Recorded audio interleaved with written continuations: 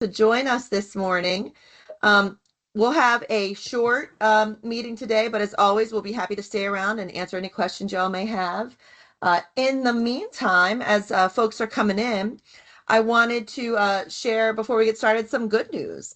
Dr. Russell Clark, who you'll see here on the screen here, has joined the SCDE Ed Prep team. We are so thankful to have Dr. Clark with us, and he brings with him a wealth of experience and knowledge. So with that being said, Dr. Clark, would you like to take a second to introduce yourself to our Ed Prep folks?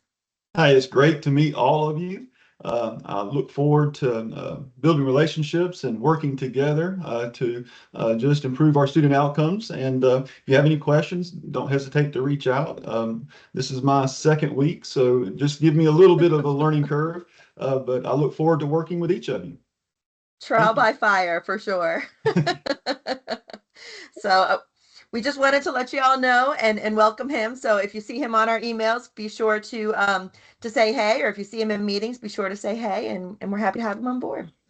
So great. With that being said, we'll get down to a few items here. We just wanted to first of all thank those of you who have submitted your assurance of alignment for principal preparation programs. As a reminder, that amended regulation requires that principal preparation programs have to be aligned with the PK to grade 12 grade span no later than September 1st, 2026.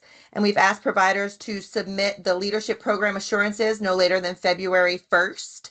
We have received a lot of those. For those of you that have those programs, I know there's still a few outstanding and a few more still trying to figure out exactly how that's going to work. So we look forward to getting those before September 1st. And again, thanks for those of you that have got that in there.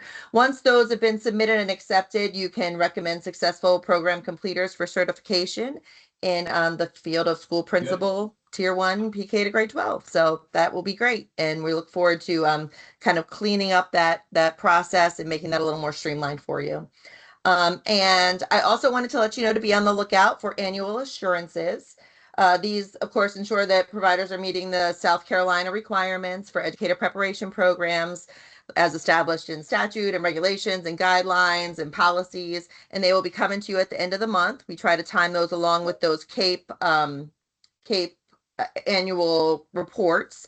And for those of you that don't seek CAPE accreditation, the state annual report will come at that time as well. So we look forward to sharing all those things with y'all. And with that, I will turn it over to Jessica.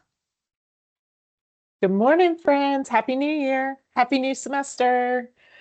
Just a few friendly reminders on the Read to Succeed front.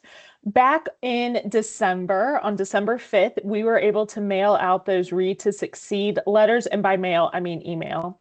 Email out those Read to Succeed letters. And what those letters did, they went to your deans, and many of you were copied on them as well if you submitted the workbooks to us. Those letters list your course sequence for each of your programs, those programs being early childhood, elementary, any special ed program, middle level, and any kind of secondary program as well. When you have a chance, please look at those and let us know that those course sequences are correct. Look at the title of the course, look at the prefix, look at the number, please, look at the hours. And the reason why that's so important is as you have candidates moving through those new course sequences, and they are seeking certification and they're at the very end of their program. So they've graduated, they're sending in their transcripts, the verification form.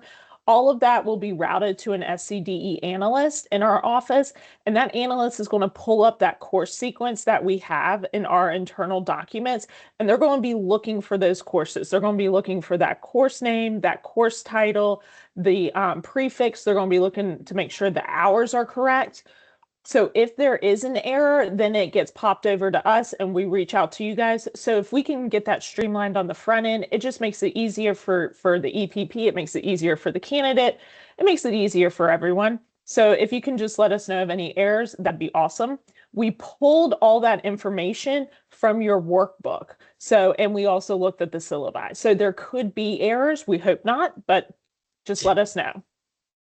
And then secondly, just a friendly reminder that September 1, 2026 is the date that any candidate seeking initial certification in early childhood, special ed, or Elementary will need to take that new Read to Succeed exam in addition to their other certification exams in order to receive their initial teaching license. So that is the date that is in law. It's in, it was passed by the General Assembly. And so we don't have any kind of say-so in that because we have to carry forth the law. So September 1, 2026 is that day. So Jackie, that's all I got. That's awesome. Thanks so much. So as promised, those were just some short updates for y'all.